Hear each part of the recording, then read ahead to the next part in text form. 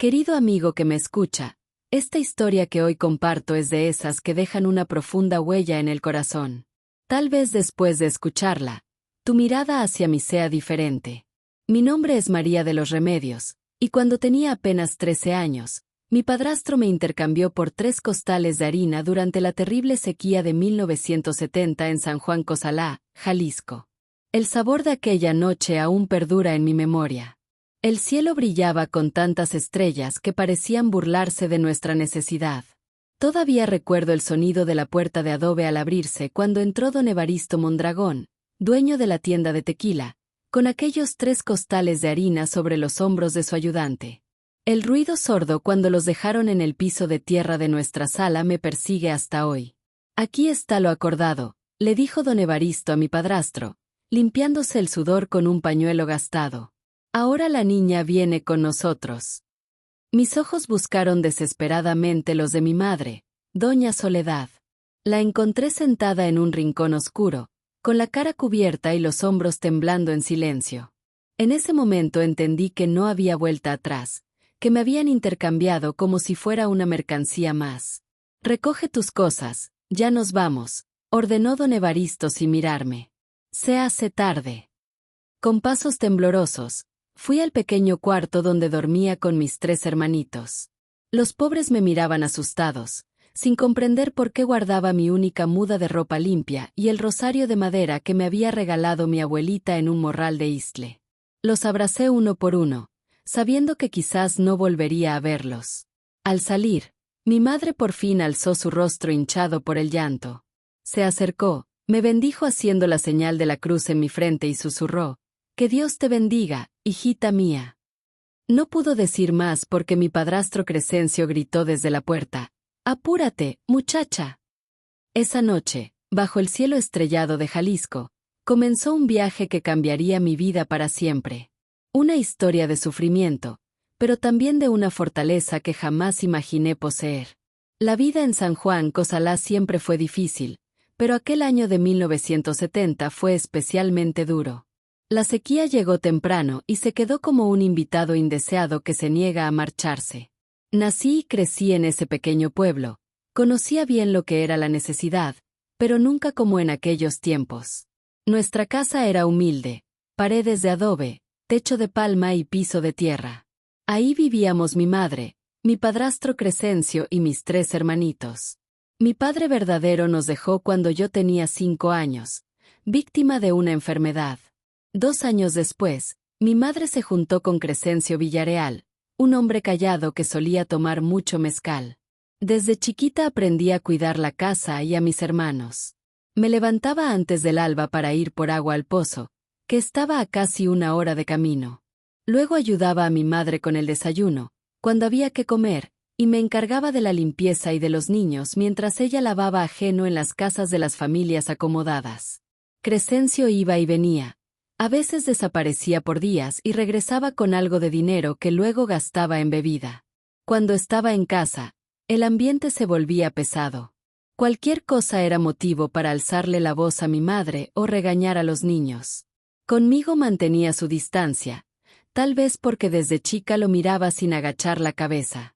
Incluso después de sus reprimendas. Cuánto extrañé aquellos días. Fui a la escuela hasta los 9 años, cuando la maestra Xóchitl se fue a la ciudad y nadie vino a reemplazarla. En ese tiempo aprendí a leer, escribir y hacer cuentas básicas. Por las noches, a la luz del quinqué, les leía a mis hermanitos los pocos libros que guardaba como tesoros. Era nuestra pequeña escapada de aquella realidad tan árida. Cuando llegó la sequía del 70, todo empeoró muchísimo. El pozo se secó, los animalitos que teníamos perecieron y el trabajo de mi madre escaseó porque hasta las familias pudientes ahorraban. Vi a mis hermanitos desmejorar día tras día, con sus pancitas hinchadas por la falta de alimento. Los papalotes ya no volaban en el cielo jalisciense, el viento solo traía polvo y tristeza. Recuerdo la noche que escuché a mi padrastro y a mi madre discutir en voz baja. Dijo que don Evaristo, el dueño de la tienda más grande de tequila, necesitaba ayuda y había ofrecido alimentos a cambio. Mi madre lloraba quedito, pidiendo otra solución. Esa noche recé mucho, apretando mi rosario entre mis dedos flacos, rogándole a la Virgencita que nos mandara lluvia, comida, cualquier milagro. Pero el cielo siguió seco y el milagro nunca llegó. En el viaje en la camioneta de don Evaristo, bajo la luz de la luna de Jalisco, sentí que el mundo se me venía encima. Siendo apenas una niña, el movimiento del vehículo mecía mis pensamientos revueltos mientras dejábamos atrás el pueblo donde nací. Al alejarnos, vi las débiles luces de los candiles desvanecerse en el horizonte, como estrellitas tragadas por la oscuridad. «Tequila te va a gustar, muchachita», dijo don Evaristo rompiendo el silencio. «Allá hay vida, hay gente, hay comercio. En mi tienda aprenderás un oficio. Es mejor que quedarte aquí donde no hay nada». No contesté. Las lágrimas se me secaron en la cara mientras trataba de entender lo que estaba pasando. Mi madre, siempre tan protectora a pesar de todo, había permitido que me llevaran. ¿3 costales de harina valían más que una hija? Esta pregunta me lastimaba el corazón como una espina clavada. «Mira, niña, no va a ser fácil», siguió, ahora con voz más seria. «Vas a trabajar para pagar lo que le di a tu padrastro, la comida y un lugar donde dormir. Lo tendrás, pero deberás ganártelo». Llegamos a Tequila cerca de la medianoche. El pueblo dormía, pero aún en la oscuridad se notaba que era mucho más grande que San Juan Cosalá. Casas de material, calles anchas, una iglesia imponente en la plaza principal. En otras circunstancias me habría maravillado. La tienda de don Evaristo estaba en una esquina. Era un edificio de 2 pisos.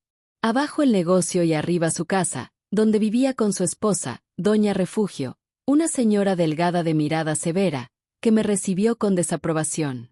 «¿Esta es la muchachita?», preguntó, mirándome de pies a cabeza. «Está muy delgada. ¿Podrá con el trabajo?». «Tendrá que poder», respondió don Evaristo. Di 3 costales de harina por ella.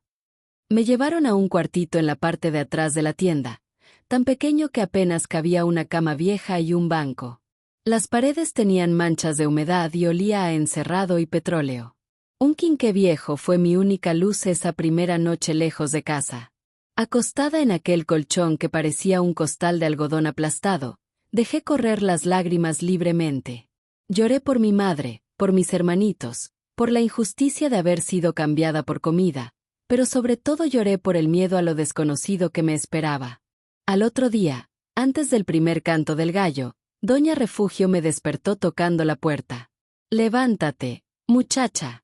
Hay mucho que hacer, y no creas que estás aquí de vacaciones. Don Evaristo es un hombre de palabra y te dará lo prometido, pero tendrás que merecerlo». Así empezó mi nueva vida como una persona sin libertad, intercambiada por 3 costales de harina durante la sequía de 1970. No sabía que los planes de don Evaristo para mí eran más oscuros de lo que podía imaginar. Los primeros días en la tienda transcurrieron entre un sinfín de tareas. Me levantaba antes del amanecer para asear el establecimiento. Antes de abrir, barría el piso de tierra, limpiaba el polvo de los anaqueles, ordenaba la mercancía y aseaba la entrada. Cuando llegaban los primeros clientes, ya estaba agotada, pero el día apenas comenzaba. Aprendí rápidamente a atender el mostrador, pesar los productos y hacer entregas por el pueblo. Mi forma de hablar y mis modales sencillos provocaban algunas burlas entre la gente del pueblo, pero guardé la compostura y seguí trabajando. Cada risa, cada mirada de desaprobación era como una espinita que se me clavaba en el alma. Por la noche, después de cerrar la tienda, todavía tenía que ayudar a doña Refugio en la cocina, lavar los trastes y solo entonces podía retirarme a mi pequeño cuarto. Me dolía todo el cuerpo, tenía las manos lastimadas, pero lo que más me dolía era la nostalgia que me oprimía el pecho. En los momentos de soledad, tomaba mi rosario y rezaba por mis hermanitos, preguntándome si habrían comido ese día. Fue un jueves, casi 3 semanas después de mi llegada, cuando descubrí el verdadero plan de don Evaristo.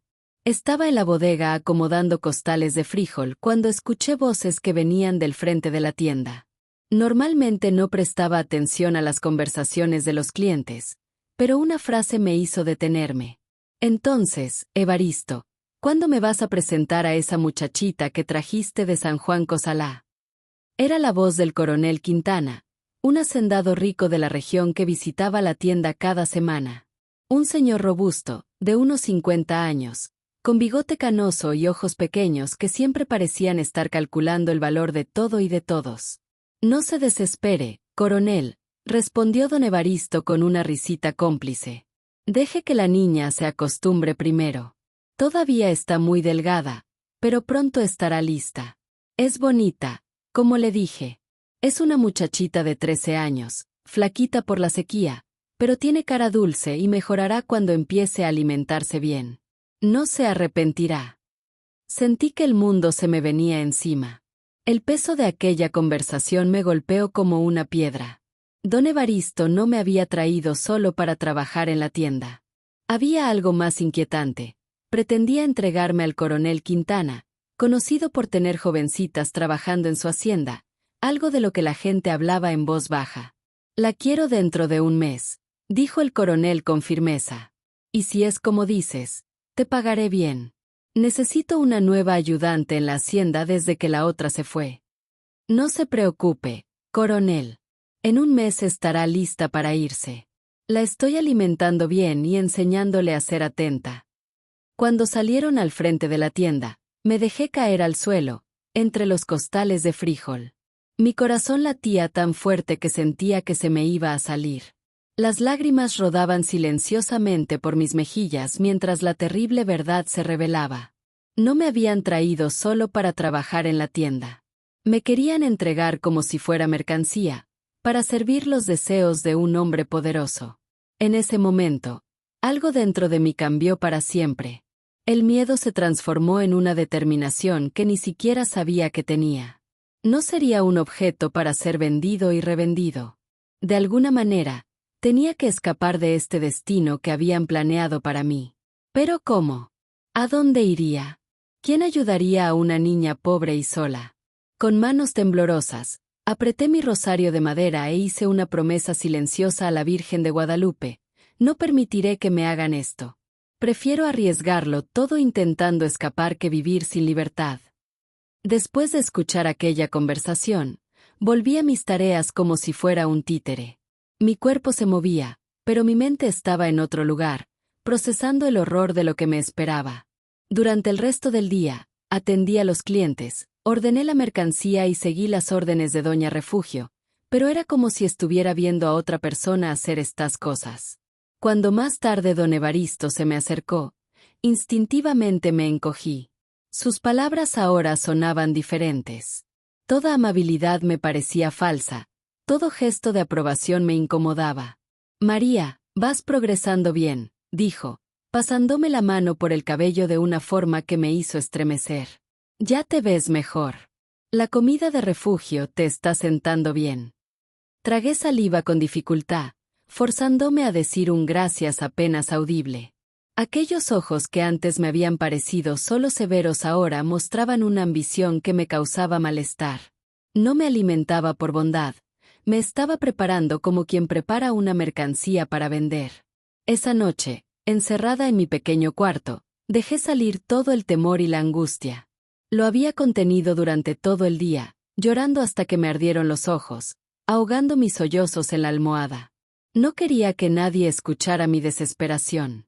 Sentí una tristeza inmensa, un dolor que nunca había experimentado, hacia mi padrastro que me entregó, hacia mi madre que lo permitió, hacia don Evaristo y el coronel que me trataban como objeto. Pero lo que más me dolía era sentirme traicionada.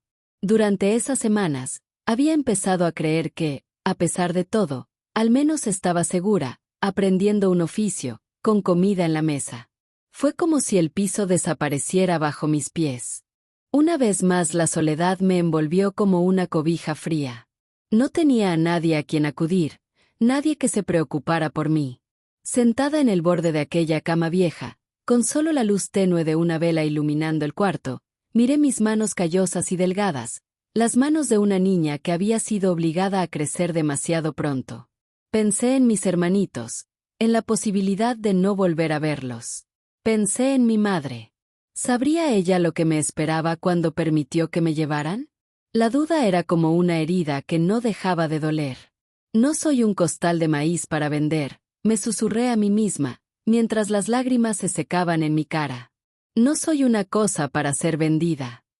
Esa noche fue la más larga de mi vida. Me di vueltas en la cama. El miedo y la angustia no me dejaban dormir. Cada crujido de la madera vieja, cada ruido nocturno del pueblo extraño me sobresaltaba. Pensamientos terribles sobre lo que podría pasarme en la hacienda del coronel Quintana invadían mi mente como sombras. Por primera vez pensé seriamente en huir. ¿Pero a dónde? ¿Cómo sobreviviría sola? ¿Qué pasaría si me encontraban? Las historias que había escuchado sobre niñas que escapaban y terminaban en situaciones peores me atormentaban. Al amanecer, cuando los primeros rayos de sol se colaban por las rendijas de la ventana, estaba agotada, pero algo había cambiado dentro de mí. El miedo seguía ahí, latiendo, pero junto a él había nacido una determinación inquebrantable. Aún no sabía cómo, pero no me entregarían al coronel Quintana, no me tratarían como una propiedad. Esa mañana, mientras barría la tienda antes de abrir, observé cada detalle del lugar con otros ojos. Ya no era solo mi lugar de trabajo, era mi prisión de la que necesitaba escapar antes de que fuera demasiado tarde. Cada cliente que entraba, cada comentario, cada interacción era analizada buscando una oportunidad, una salida, una esperanza. Los días después de descubrir el plan de don Evaristo fueron un extraño ejercicio de disimulo. Por fuera, seguía siendo la niña obediente y trabajadora. Por dentro, mi mente no dejaba de pensar en planes para escapar. Empecé a prestar más atención a todo, las horas en que la tienda estaba más vacía, las rutas que tomaba para las entregas, los clientes que parecían más amables. Un cambio sutil pero significativo fue la manera en que don Evaristo y doña Refugio empezaron a tratarme. De repente, comenzaron a darme porciones más grandes de comida. Doña Refugio me trajo un vestido menos gastado para atender a los clientes. Don Evaristo comenzó a enseñarme a manejar el dinero y hacer cuentas sencillas en la tienda.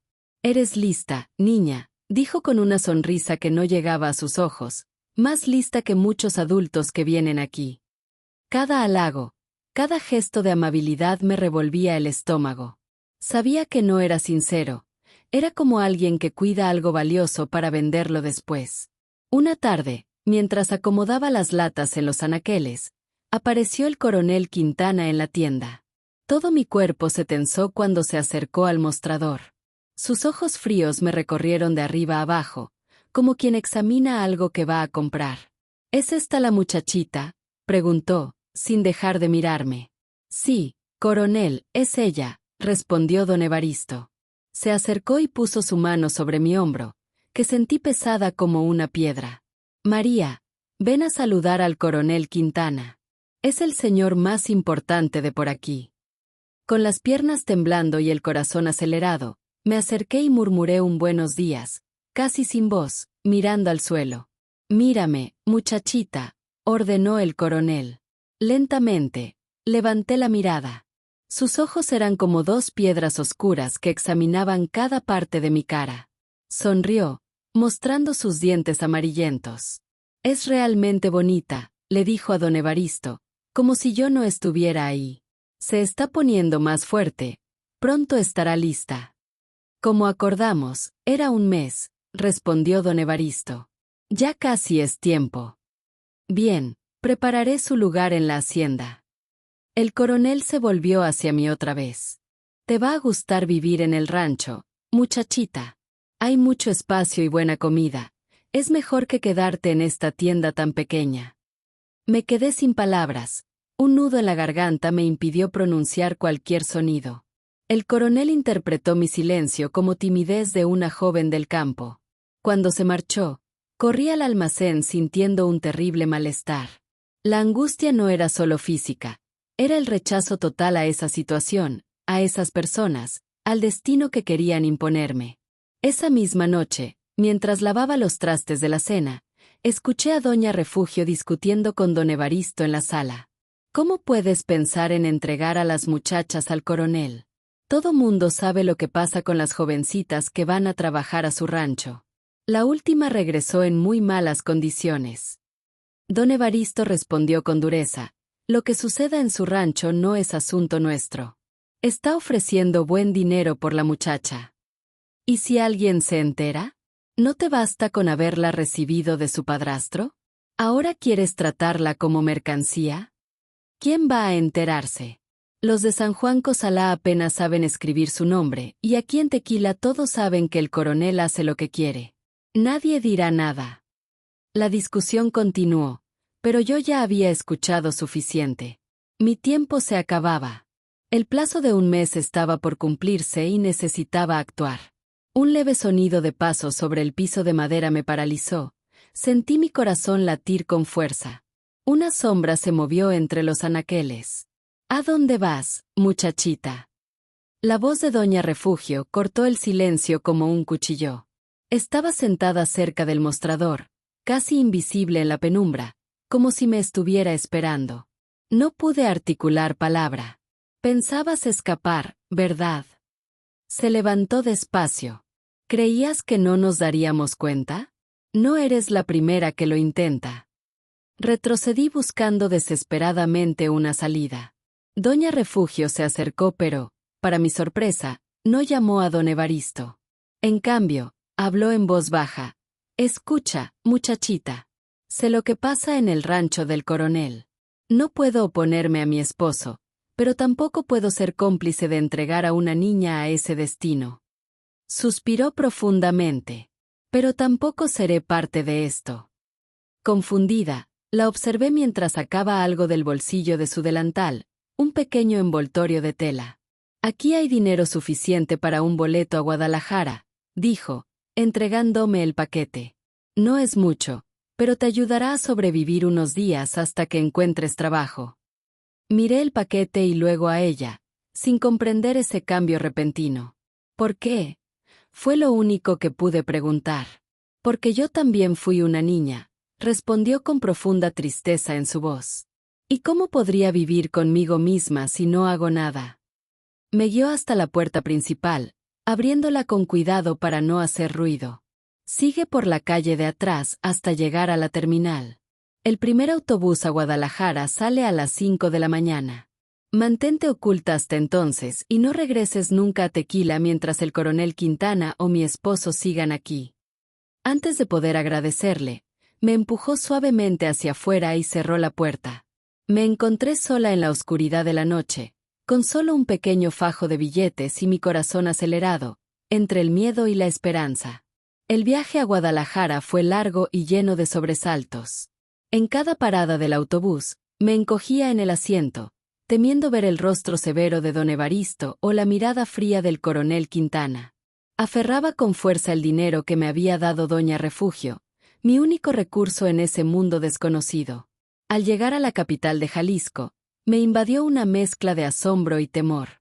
Nunca había visto tanta gente, tantos coches, tanto ruido. Las avenidas amplias, los edificios altos, las luces. Todo era tan diferente a mi pequeño pueblo o incluso a Tequila. Como una hormiguita perdida en un mundo gigante, caminaba sin rumbo, tratando de entender aquella ciudad que parecía tragarse a la gente. No logré encontrar a la prima de doña Nazaré, no conocía su dirección ni su nombre completo. Estaba verdaderamente sola, con el dinero de doña Refugio. Compré una torta y un plátano en una tiendita y pregunté dónde podría encontrar trabajo. Una chamaquita como tú, se rió el dueño del abarrotes. Ve a buscar a las señoras de la colonia Moderna o Chapalita. Siempre necesitan muchachas de servicio, pero ten cuidado, ¿eh? Hay mucha gente mala en estas calles. Siguiendo vagamente las indicaciones, caminé durante horas hasta llegar a un barrio de casas grandes con bardas altas. Toqué puertas, ofreciéndome para limpiar, cocinar, hacer cualquier quehacer. Me recibieron con desconfianza, me cerraron las puertas en la cara, hasta que una señora mayor, doña Consuelo, aceptó darme techo a cambio de trabajo. Puedes dormir en el cuarto de servicio, dijo mirándome por encima de sus lentes. Pero es a prueba. Si no funciona, te vas. El cuarto era poco más que una bodega, con una cama improvisada, pero para mí era como un palacio, después de todo lo vivido. Trabajé desde que amanecía hasta que oscurecía, limpiando la casa grande, lavando montones interminables de ropa en el lavadero, cocinando siguiendo las recetas complicadas que pedía doña Consuelo. Tenía los dedos agrietados por el jabón barato y me dolía la espalda de tanto tallar los pisos, pero no me quejaba. Por primera vez trabajaba por decisión propia y no como algo que otros pudieran intercambiar. Pasó el tiempo y me adapté a la vida en la capital. Doña Consuelo, aunque exigente, no era mala persona. Comenzó a enseñarme a leer mejor, sorprendida de que ya conociera las letras. Por las noches, después de que ella se iba a dormir, me sentaba a estudiar con atención los libros viejos que encontraba en el librero de la sala, descifrando palabras, aumentando mi vocabulario, soñando con un futuro diferente. Un día, mientras hacía el mandado para doña Consuelo en el mercado, me encontré con una señora a la que se le cayeron todas las bolsas. «Perdón», dije, ayudándola a recoger sus cosas. Me miró fijamente y sonrió. «Está bien, hijita, pero estás muy chiquita para cargar tanto peso. ¿Cuántos años tienes?» 14, respondí, agregando un año a mi edad real. «¿Y trabajas de sirvienta? ¿No deberías estar en la escuela?» Esa pregunta despertó algo en mí. La escuela, los estudios, la posibilidad de un futuro más allá de lavar y planchar. Le conté un poco de mi historia, omitiendo detalles sobre don Evaristo y el coronel, mencionando solo que había venido del campo a trabajar. La señora, que se presentó como la maestra Xóchitl, escuchaba todo con atención y creciente preocupación. «Mira, hijita, no tiene nada de malo trabajar, pero una niña de tu edad necesita estudiar. Hay una escuela nocturna donde doy clases. ¿Por qué no vienes? Podemos inscribirte». La idea de volver a la escuela encendió una luz dentro de mí que ni siquiera sabía que existía. Esa misma noche le conté a doña Consuelo mi deseo de asistir a la escuela nocturna. «¿Escuela?», frunció el ceño. «¿Y quién va a lavar los trastes de la cena? ¿Quién va a planchar mi ropa?» «Puedo hacer todo antes de irme», prometí con desesperación. «Me levanto más temprano, me acuesto más tarde, hago lo que sea. Solo quiero estudiar». Después de mucha negociación, doña Consuelo aceptó.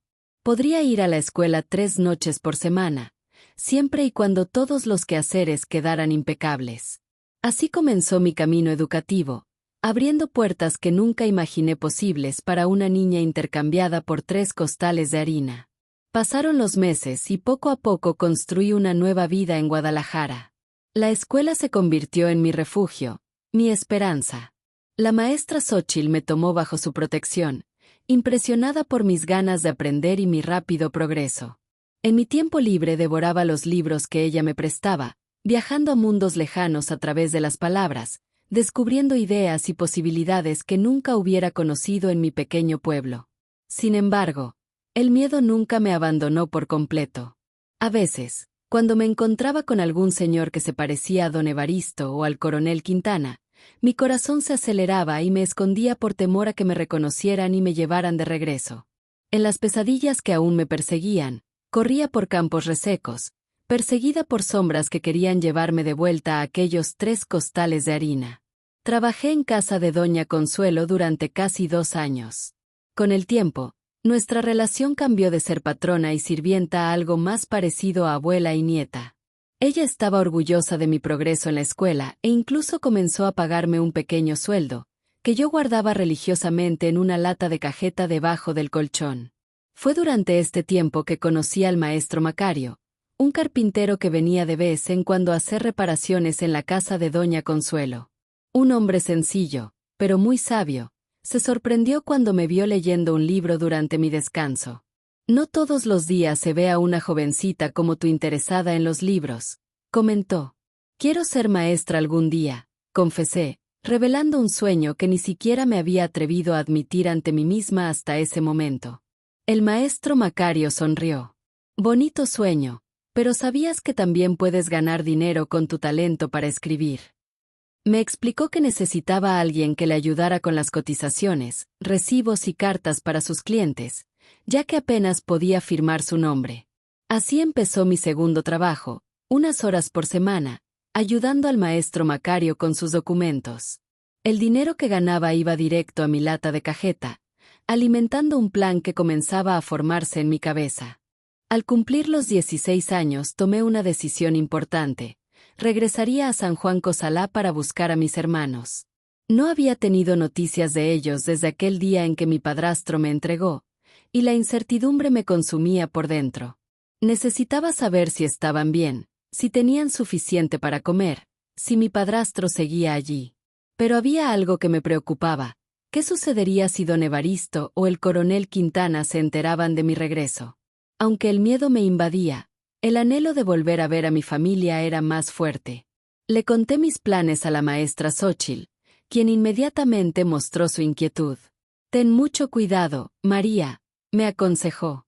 «Estas personas podrían estar buscándote todavía. Lo que hicieron es muy grave y no querrán que nadie pueda denunciarlos». «Pero necesito saber de mis hermanos», insistí con lágrimas en los ojos. «Si están bien, si necesitan ayuda. No puedo seguir viviendo sin saberlo». Después de mucha plática, la maestra Xóchitl me propuso otra opción. «Conozco a una trabajadora social que visita comunidades rurales. Va con frecuencia a San Juan Cosalá.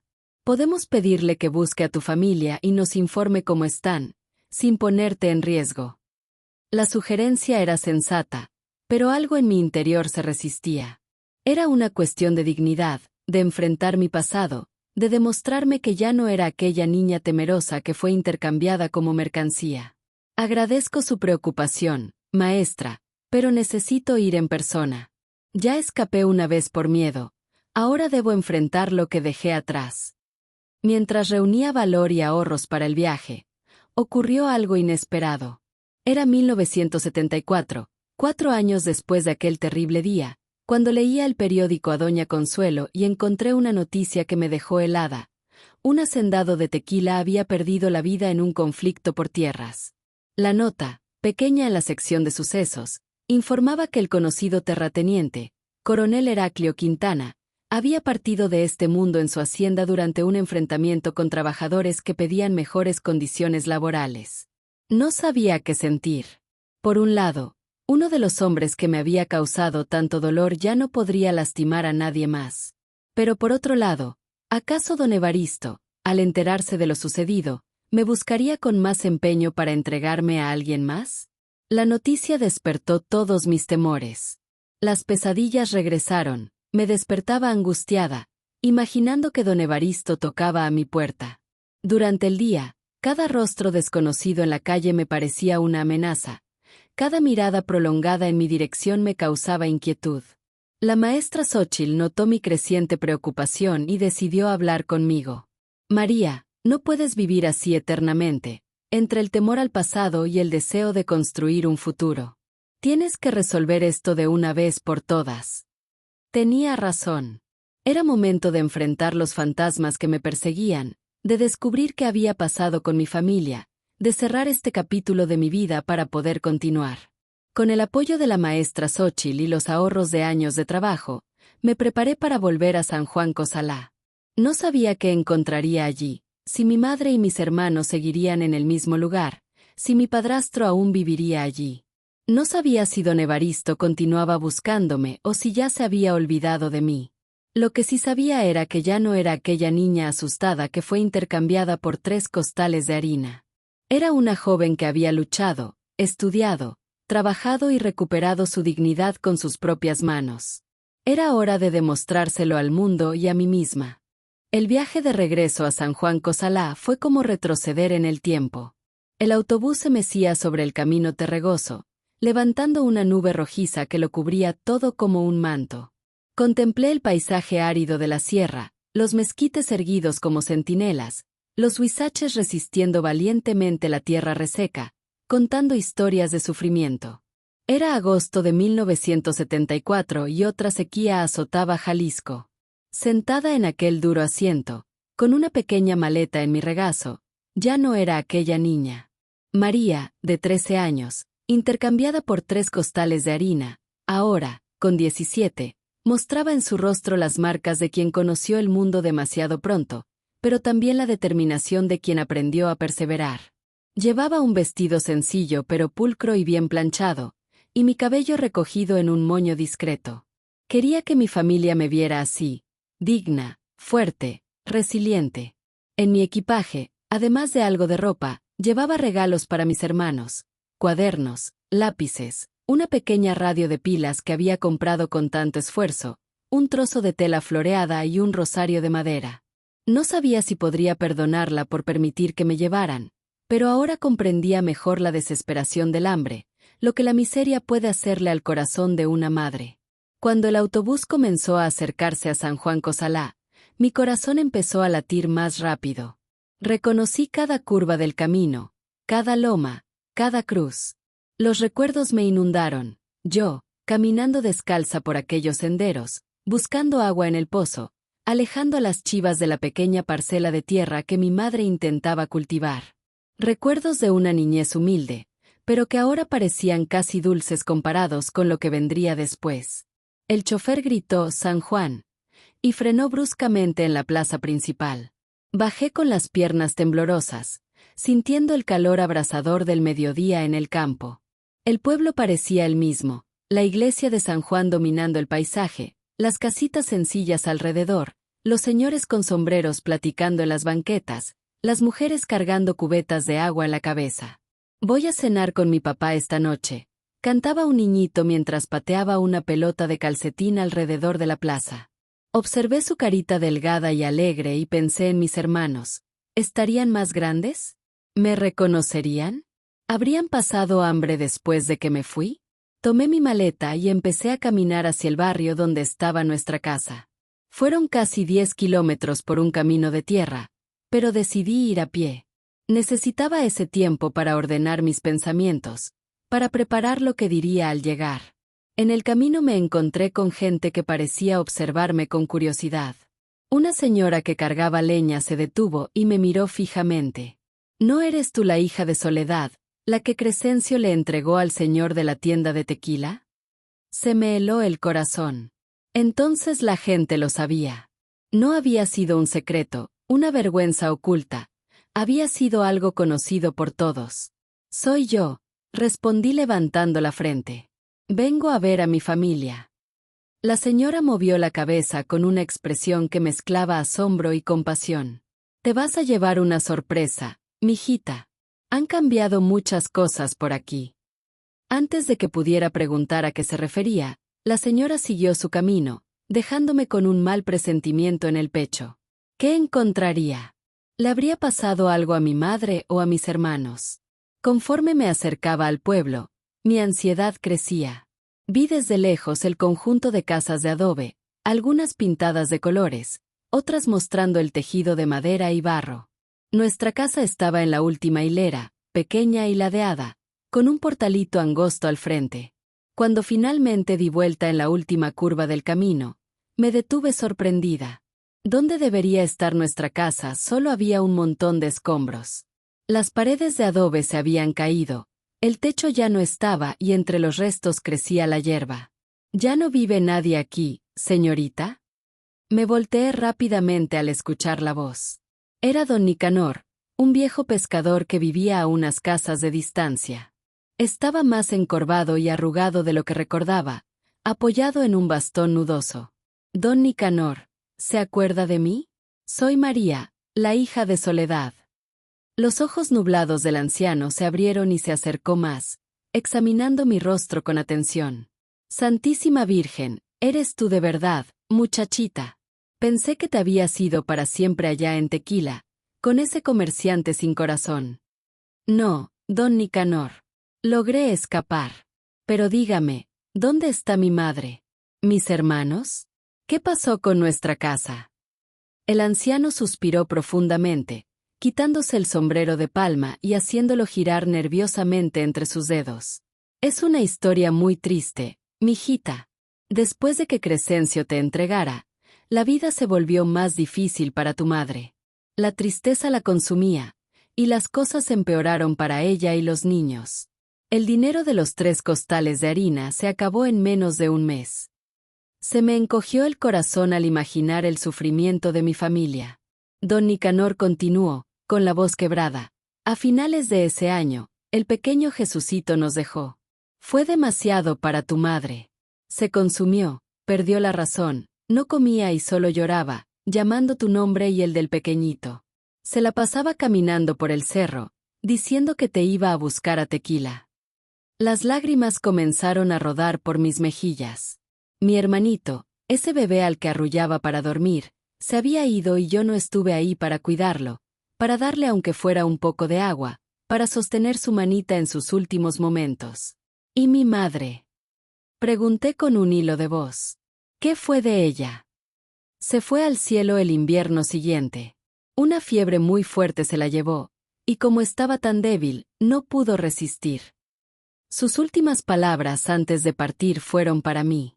Me llamó y me hizo jurar que si algún día regresabas, te dijera que te amaba con todo su corazón, que no encontró la fortaleza para evitar que te alejaran y que ese sentimiento de culpa la consumió por dentro mucho antes que la enfermedad. Me desplomé sobre la tierra reseca, sintiendo un profundo vacío en mi alma. Había vuelto muy tarde. Jamás podría volver a ver a mi madre.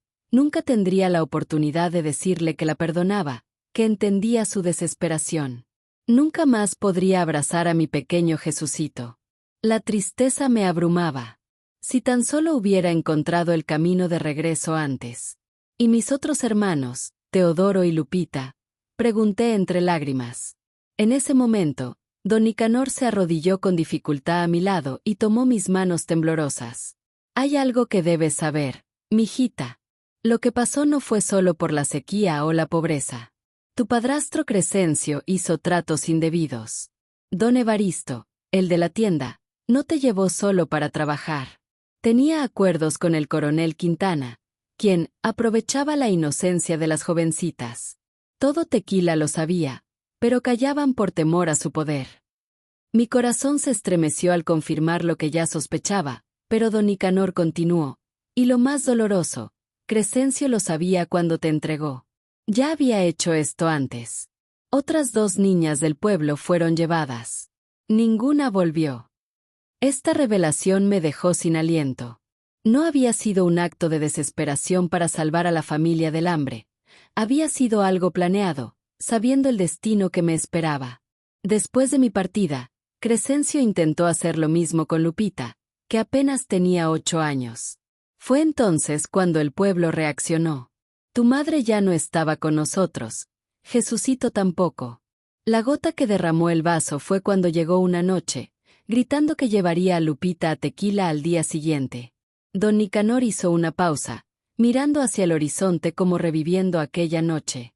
Los hombres del pueblo nos reunimos y fuimos por los niños. Crescencio desapareció esa misma noche.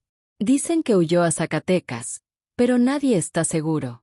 La casa quedó abandonada y se vino abajo con las lluvias del invierno pasado. ¿Y mis hermanos? ¿Dónde están? Pregunté poniéndome de pie, con una mezcla de angustia y esperanza. Don Nicanor sonrió por primera vez, mostrando su dentadura incompleta. Gracias a Dios están bien. La madre Candelaria, que ya tenía 5 hijos, los acogió como propios. Es una santa mujer, los ha cuidado como si fueran suyos. Abuelito, abuelito, ya está la comida. Una vocecita infantil interrumpió nuestra conversación. Una niña de unos 10 años se acercaba corriendo y se detuvo al verme. ¿Quién es ella, abuelito? Mi corazón dio un vuelco al reconocer aquellos ojos, idénticos a los de mi madre, los mismos que veía cada mañana en el espejito de doña Consuelo. Lupita, susurré emocionada. Lupita, soy yo, María de los Remedios, tu hermana. La niña me miró confundida por un momento, hasta que su rostro se iluminó con reconocimiento. María, María, mi hermana que se fue. Madre Candelaria siempre dijo que volverías. En un instante, corrió a mis brazos. La abracé con fuerza, dejando correr las lágrimas de alegría y tristeza. Estaba viva, estaba bien, había crecido tanto. Ven, ven. Teodoro no lo va a creer. Me jaló de la mano con entusiasmo. Espera un momento, interrumpió don Nicanor. María, hay algo más que debes saber. Cuando nos enteramos de lo que le sucedió a ti y a las otras niñas, fuimos a buscar ayuda a Tequila. Nadie nos escuchó al principio, pero un periodista de Guadalajara se interesó en la historia. Escribió sobre el coronel Quintana y sus malos actos. Así comenzó su caída. Me quedé asombrada. Entonces la noticia sobre el coronel Quintana que había leído en el periódico no fue solo por problemas de tierras. Los trabajadores de su hacienda solo fueron el último empujón. Ya lo estaban investigando y había perdido mucha influencia.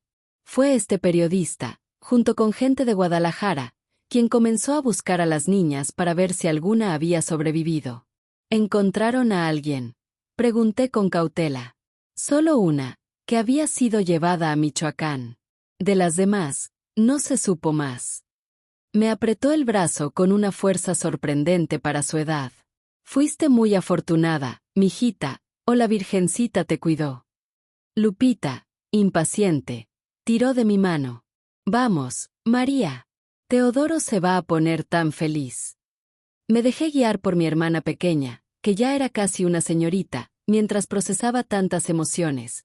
El dolor por la pérdida de mi madre y mi hermanito, la indignación por las acciones de mi padrastro, el agradecimiento hacia la comunidad que protegió a mis hermanos, y el alivio de saber que el coronel Quintana ya no podría lastimar a más niñas. Llegamos a una casa humilde pero limpia, con un pequeño patio donde algunas gallinas picoteaban la tierra. Un niño de unos 12 años cortaba leña con un hacha pequeña, concentrado en su labor. «Teodoro, Teodoro, mira quién está aquí», exclamó Lupita, brincando de felicidad. Mi hermano levantó la mirada, confundido al principio, después quedó inmóvil por la sorpresa. El hacha resbaló suavemente de sus manos. Me observó fijamente, como si estuviera viendo una aparición. «María de los Remedios», preguntó con voz entrecortada. «¿En verdad eres tú?» Extendí mis brazos, sin poder hablar por la emoción. Mi hermanito, al que cargaba cuando me fui, ahora era casi un jovencito. Corrió hacia mí y nos fundimos en un abrazo, mientras las lágrimas corrían por nuestras mejillas. Reencontrarme con mis hermanos fue como recuperar pedazos de mi corazón que había perdido aquella noche cuando me alejaron de casa. La Madre Candelaria, quien los había acogido, era una persona extraordinaria. Viuda, había criado sola a 5 hijos y aún así abrió su hogar a 2 más. Me recibió con un cálido abrazo y ojos brillantes. «Siempre supe que regresarías», dijo, sirviéndome un plato de frijoles dulces.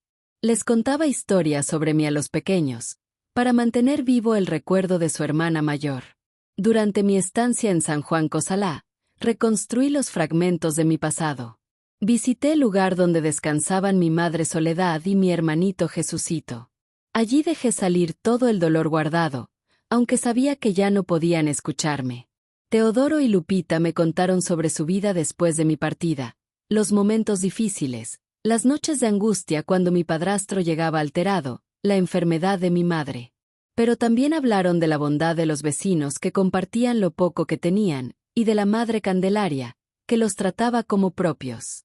Me di cuenta de que, irónicamente, mi alejamiento había sido el catalizador de un cambio que terminó protegiéndolos. Si aquella terrible situación no hubiera ocurrido, si mi padrastro no hubiera intentado hacer lo mismo con Lupita, quizás nadie habría intervenido a tiempo. Caminando por el pueblo, muchas personas se detenían a hablar conmigo. Algunos me abrazaban llorando, diciendo que habían rezado por mí. Otros me miraban asombrados, como si fuera un milagro. Algunos bajaban la mirada, tal vez apenados por no haber podido ayudar a una niña de 13 años en aquella situación tan difícil.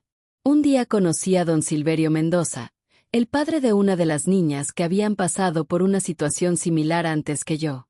«Mi Rosita nunca regresó», dijo, apretando mis manos. «¿Cómo lograste salir adelante, hijita?». Le conté sobre doña Refugio, quien me ayudó a escapar a pesar de ser la esposa de don Evaristo. Le hablé de la señora de la iglesia que me tendió la mano primero, de la maestra Xóchitl y las clases nocturnas, del maestro Macario y el trabajo con documentos. Le conté sobre las personas bondadosas que conocí, que contrarrestaron las acciones de quienes me lastimaron. ¿Sabe qué aprendí, don Silverio? Que así como hay personas que hacen daño, también hay otras que iluminan nuestro camino con su bondad. Debemos aferrarnos a esa luz, como un navegante se aferra a la estrella del norte en la oscuridad. En esas conversaciones, comprendí algo importante. Mi historia, aunque dolorosa, había dado esperanza a otros. El haber sobrevivido, estudiado y regresado por decisión propia inspiraba especialmente a las jovencitas de la comunidad. «Quiero ser como usted, María», me dijo una muchacha de 14 años, después de escucharme hablar sobre la escuela nocturna y los libros. «Quiero estudiar, quiero conocer más allá de estas montañas». Fue entonces cuando una idea comenzó a formarse en mi mente. No tenía que elegir entre mi nueva vida en Guadalajara y mis hermanos en San Juan Cosalá. Podía construir un puente entre estos dos mundos. Hablé largamente con la Madre Candelaria sobre llevarme a Teodoro y Lupita conmigo a Guadalajara. Me escuchó en silencio, con los ojos húmedos. «Siempre supe que este día llegaría», dijo finalmente. «Son tus hermanos y deben estar contigo, pero esta casa siempre será su hogar si algún día quieren volver». Cuando les conté a mis hermanos sobre la posibilidad de ir conmigo, sus reacciones fueron diferentes. Lupita saltaba de alegría, hablando sin parar de la gran ciudad, las tiendas, el mar que nunca había visto. Teodoro era más cauteloso, dividido entre la ilusión de una nueva vida y el temor de dejar el único hogar que había conocido desde que perdimos a nuestra madre.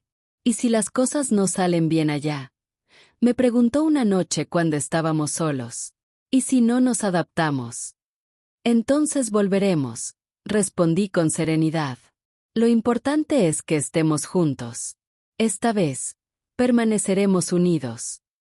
Regresamos a Guadalajara un día de septiembre, bajo un cielo tan claro que parecía una señal de esperanza. La adaptación requirió esfuerzo. Doña Consuelo, ya mayor, no podía albergar a 2 niños más, así que alquilé un cuartito cerca de su casa con mis ahorros. Era pequeño, pero era nuestro. Inscribí a Teodoro y Lupita en la escuela mientras yo seguía con mis estudios nocturnos y trabajaba durante el día. El maestro Macario, con su generosidad silenciosa, me dio más responsabilidades y, por ende, mejor paga. La maestra Xóchitl nos visitaba con frecuencia, trayendo libros y palabras de aliento. La comunidad que había construido en la capital creció para acoger también a mis hermanos. La vida era exigente, sí, muy exigente. Había días de escasez, de cansancio extremo, de preocupaciones por las cuentas. Pero nunca más pasamos necesidad, nunca más vivimos con miedo, nunca más nos separamos. El tiempo siguió su curso. Completé mis estudios, obtuve mi título de maestra, cumpliendo el sueño que había compartido con el maestro Macario años atrás. Lupita siguió mis pasos y también se dedicó a la educación. Teodoro, con su carácter tranquilo y habilidoso, aprendió carpintería con mi antiguo jefe y desarrolló un talento especial para los trabajos finos en madera. A los 25 años, con mis hermanos establecidos y mi carrera como maestra encaminada, por fin me permití reflexionar sobre todo lo vivido. Aquellos 3 costales de harina, que marcaron el momento más oscuro de mi vida, también fueron el punto de partida de un viaje que me transformó en quien soy. Un domingo por la tarde, sentada con mis hermanos en la sala del pequeño departamento que pudimos comprar con nuestros ahorros, les conté toda la historia. No la versión suavizada que conocían de jóvenes, sino la verdad completa. Los momentos difíciles en la tienda, los planes del coronel, mi huida desesperada, las noches de incertidumbre en Guadalajara. ¿Saben por qué les cuento esto ahora?, les pregunté, mirando sus rostros atentos. Porque quiero que entiendan que nuestra historia no se define por los momentos difíciles que vivimos, sino por cómo nos levantamos después. Más tarde ese año, volvimos a San Juan Cosalá para visitar a la Madre Candelaria y el lugar donde descansan nuestra Madre y Jesucito. De paso, nos detuvimos en Tequila. La tienda de don Evaristo ya no existía, en su lugar había una farmacia. Los vecinos me contaron que había partido de este mundo años atrás, solo y sin recursos. No sentí alegría ni rencor al saberlo, solo una extraña paz, como si un ciclo se hubiera cerrado. La justicia divina tiene sus propios caminos. Hoy, a mis 79 años, contemplo el camino recorrido. Muchos de mis alumnos vienen de situaciones difíciles.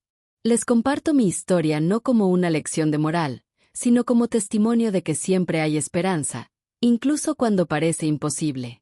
Mis hermanos me dieron sobrinos, que a su vez me dieron sobrinos nietos. Nuestra familia, que estuvo a punto de desintegrarse, renació y creció. En las reuniones familiares, cuando los pequeños preguntan por el pasado, no solo hablamos de las dificultades, sino también de la superación, de la fortaleza que descubrimos en nosotros mismos, de las personas que nos tendieron la mano cuando más lo necesitábamos. Si me preguntan si he perdonado a mi padrastro, no tengo una respuesta clara. Hay heridas que dejan cicatrices, pero he aprendido a no dejar que la amargura consuma lo bueno que hay en mí. Lo que sé es que aquella niña que lloraba escondida en un rincón de una tienda en Tequila jamás imaginó la vida que construiría con los pedazos de su niñez interrumpida. Que aprendería a leer y escribir tan bien que enseñaría a otros, que criaría a sus hermanos con dignidad, que un día tendría su propia casa con libreros llenos y una mesa grande donde todos se reunirían para compartir el pan y las historias. Cuando me miro al espejo hoy, veo el cabello plateado, las arrugas que el tiempo ha dibujado, los ojos que ya no ven como antes. Pero también veo la fuerza de aquella niña que se negó a que su destino fuera decidido por otros, que reescribió su historia palabra por palabra, paso a paso. Y si escuchas este relato y cargas con tus propias pruebas, con tus propios momentos difíciles, debes saber esto: mientras hay vida, hay posibilidad de comenzar. Mientras haya un mañana, hay oportunidad de reescribir tu historia.